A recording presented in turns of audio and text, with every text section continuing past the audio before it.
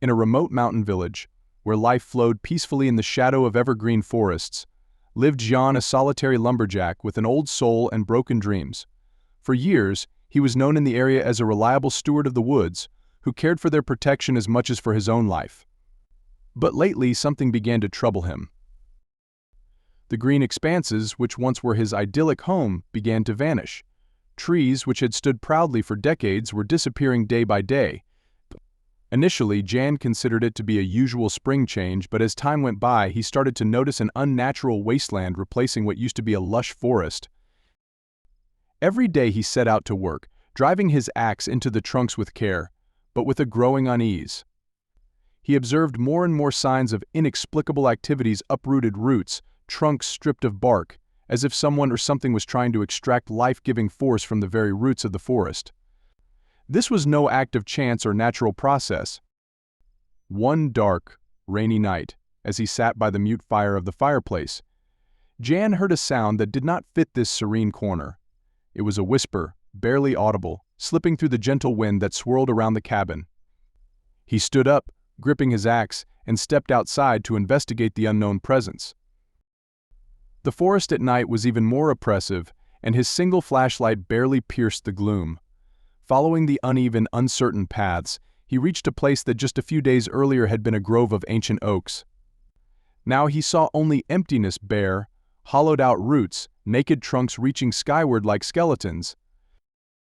Standing in the deserted clearing, John felt the cold, impenetrable darkness thicken around him. He felt as if the eyes of forest creatures were watching him from hiding, and the ground beneath his feet was soaked with something mysterious and ominous. Instinctively, he knew something was there, but he didn't know what it was. When he returned to his cabin, he pondered his observations. Perhaps it was just his imagination? Maybe too many hours spent in solitude and in the dark of the forest had made him see things that weren't there.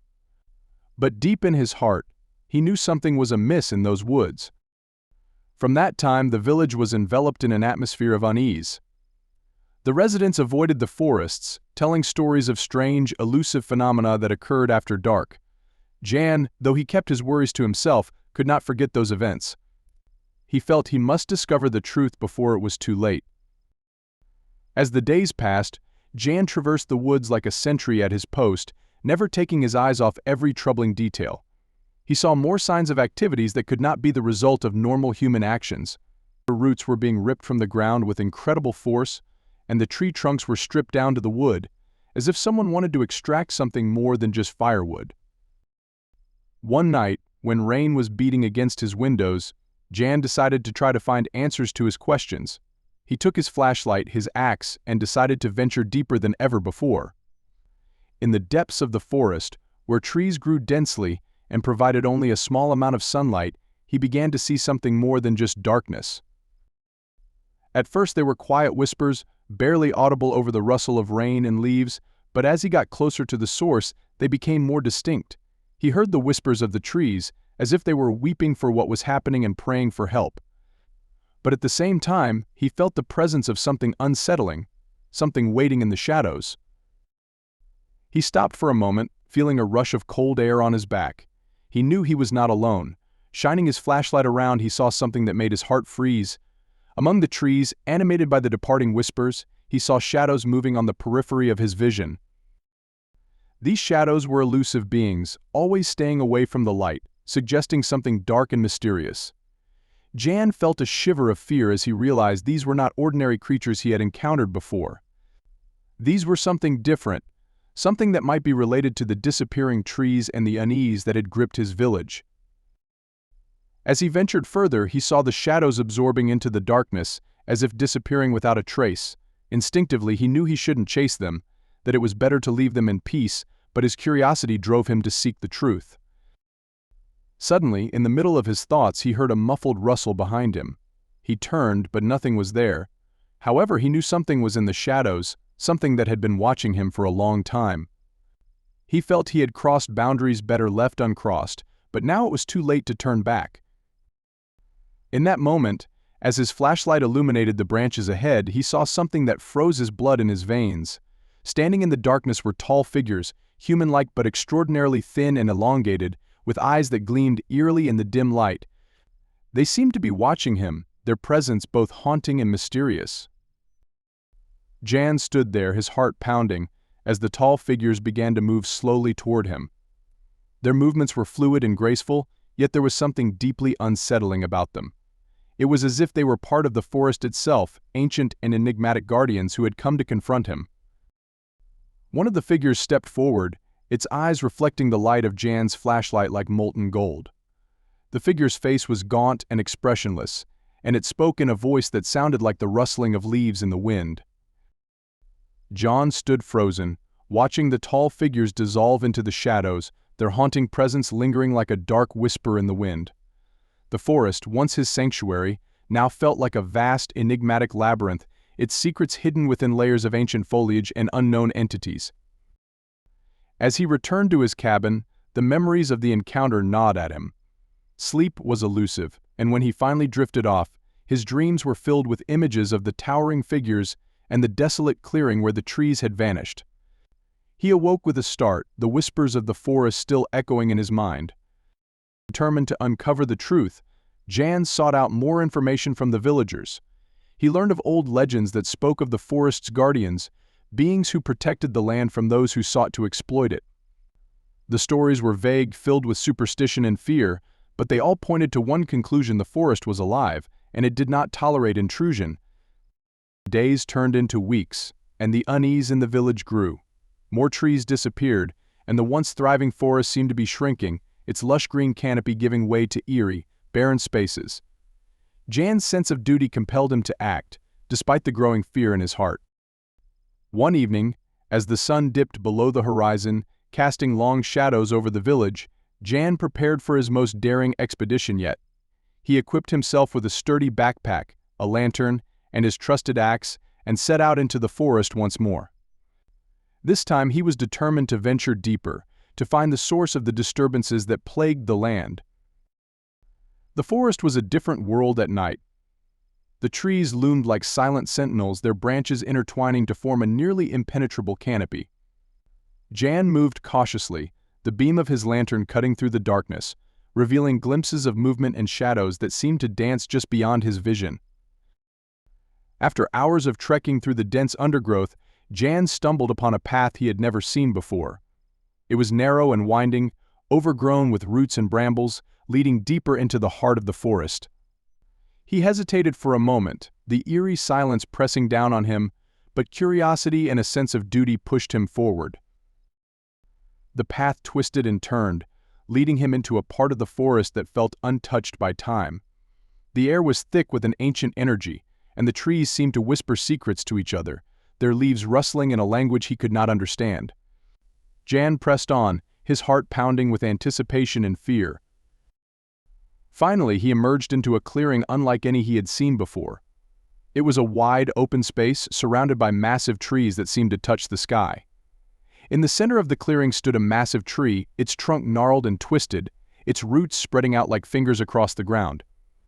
The tree pulsed with a faint, eerie light, casting an otherworldly glow over the clearing. As Jan approached the tree, he felt a strange sensation, as if the very air around him was charged with energy. He reached out to touch the trunk, and a jolt of electricity shot through his body, causing him to stumble back. The tree seemed to hum with life, its bark warm and vibrating under his touch. It was then that he noticed them. Tall figures, standing at the edge of the clearing, their forms barely visible in the dim light. They watched him with unblinking eyes, their presence both mesmerizing and terrifying. Jan felt a chill run down his spine as he realized that these were the same beings he had encountered before. The figures moved silently, their footsteps making no sound on the forest floor. They surrounded the tree, their eyes fixed on Jan, as if waiting for him to make a move. He felt a surge of panic, but something inside him urged him to stay, to face whatever lay ahead. As he stood there, trying to steady his racing heart, one of the figures stepped forward. It was taller than the others, its features more defined.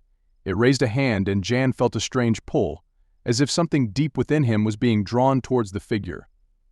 He tried to resist, but the force was too strong, and he found himself moving forward, drawn towards the tree. The figures began to move in unison, their limbs swaying with a strange, hypnotic rhythm. Jan felt a creeping dread as they circled around him, their eyes never leaving his. The air grew heavy with an oppressive energy, and Jan's heart pounded in his chest as the figures began a silent, eerie dance.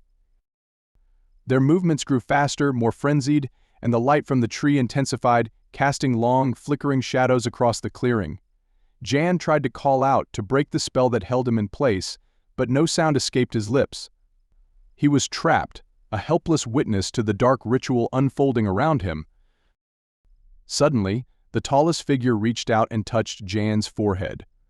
A searing pain shot through his skull, and he cried out in agony as his vision blurred and his body convulsed. The other figures closed in, their hands glowing with an unnatural light, and Jan felt himself being lifted off the ground, his body twisted and contorted by an unseen force. As the pain reached its peak, Jan's consciousness began to fade. His thoughts grew hazy, and he felt a strange, primal urge taking over his mind. The world around him shifted and changed, the trees towering above him like giants, their branches reaching out to ensnare him. He could feel his body shrinking, his limbs transforming into something alien and unfamiliar. When he finally regained his senses, he found himself lying on the forest floor, his body aching and his mind clouded with confusion. He tried to stand, but his legs felt weak and unsteady. As he looked around, he realized with a growing sense of horror that the world had changed. Everything seemed larger, more distant, and his perspective was all wrong. Jan tried to cry out, but only a guttural, animalistic sound escaped his throat.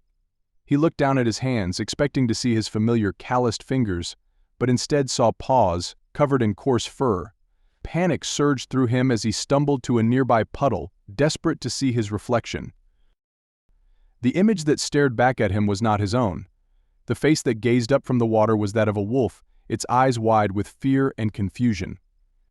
Jan's heart raced as he realized the terrible truth. The figures had transformed him, twisted his body into that of a beast, stripping him of his humanity and leaving him trapped in a primal animal form. He howled in despair, a mournful sound that echoed through the forest, but there was no one to hear his cries. The tall figures had vanished, leaving him alone in a world that was no longer his own. He tried to move, to find his way back to the village, but his new body was clumsy and unfamiliar, and he stumbled through the undergrowth, his heart heavy with sorrow and fear. As the days turned into weeks, Jan struggled to survive in his new form. He learned to hunt and forage, to navigate the forest as a wolf, but the memories of his past life haunted him. He longed to return to his old self, to walk on two legs and speak with a human voice, but the forest had taken that away from him, leaving him trapped in a body that was not his own. The villagers spoke of a strange wolf that roamed the forest, a creature that seemed different from the others, with eyes that held a deep, human sadness. They told stories of the old lumberjack who had ventured too far into the woods and never returned, and they warned their children to stay away from the forest at night, lest they meet the same fate. But Jan knew the truth. He had become a prisoner of the forest, a victim of its dark, ancient power. The tall figures had taken his humanity, and now he was forced to live out his days as a beast, a silent guardian of the forest he had once called home. And so the legend of the disappearing trees took on a darker, more sinister tone. The villagers spoke of the tall figures and their terrible power, and they whispered of the wolf that roamed the forest, a reminder of the price to be paid for trespassing into the unknown. The forest remained a place of mystery and fear, its secrets hidden within the shadows, waiting for the next soul to wander too far and fall prey to its dark, ancient curse.